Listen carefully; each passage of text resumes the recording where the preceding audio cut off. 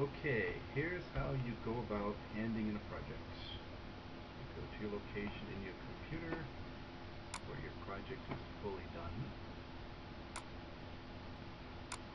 And in this case, we're going to look at the coupons folder. In this case, you have your auxiliary files, which we never touch. You have the coupon or whatever project you're working on with its revisions, but you also have these other two files. One is what I call code salvage.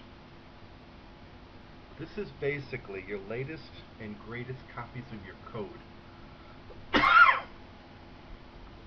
As you write the program, you're going to have code that you're going to enter, and if your system crashes and you have a copy of your code, the amount of work to recover is minimized. I say it's about 80% recovered just because you have a copy of your code. So I'm going to require you to copy your code every time you do a revision, get an upgrade of your code. We'll go through this in class. The next part of your code is that as you write every line of code, you have to write a comment on the code as to what the code does. Be absolutely sure that you're doing this throughout the entire course. I'll be reminding you about this during the course as we go along. So that's a copy of your code salvage.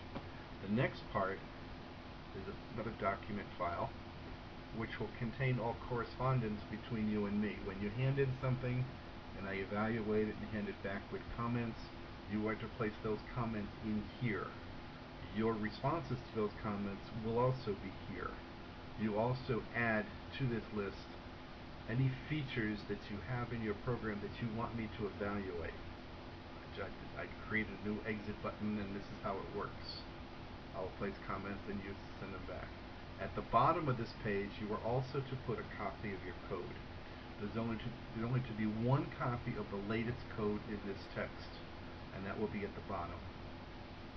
And of course, you should keep your revisions in a packet. Now, method of handing in.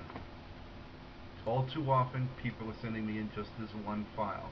That's the solution file, SLN?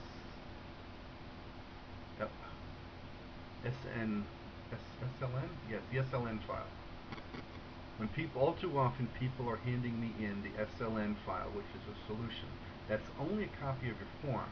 You need the auxiliary files. I've said this before, but I bet we'll get people to hand them in wrong. So here's what's going to happen.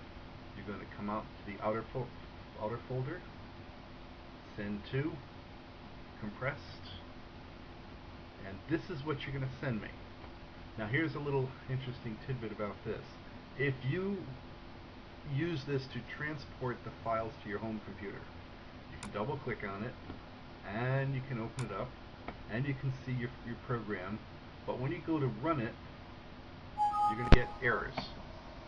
This is because this file is still compressed. Even though you go in and look at it, you're still going into a compressed file. You have to uncompress this file to make it work. And the method to do that is to come in here. I'm sorry, no. Actually, all you have to do is drag the old ones out of here. Copy, backplace, paste. Now we're going to run into a problem, I think. Yeah, because we already have two in there. So if you didn't have the initial one in here, you could simply copy and paste, and you would end up here. And now you're outside of the zipped folder. So you could actually get this. As you unzip it, you can now make these work because they're no longer zipped. And that's about it for handing in a file. You can zip it. It can be attached to an email message. You can go into Moodle. Depends on how I want the assignment to be handed in.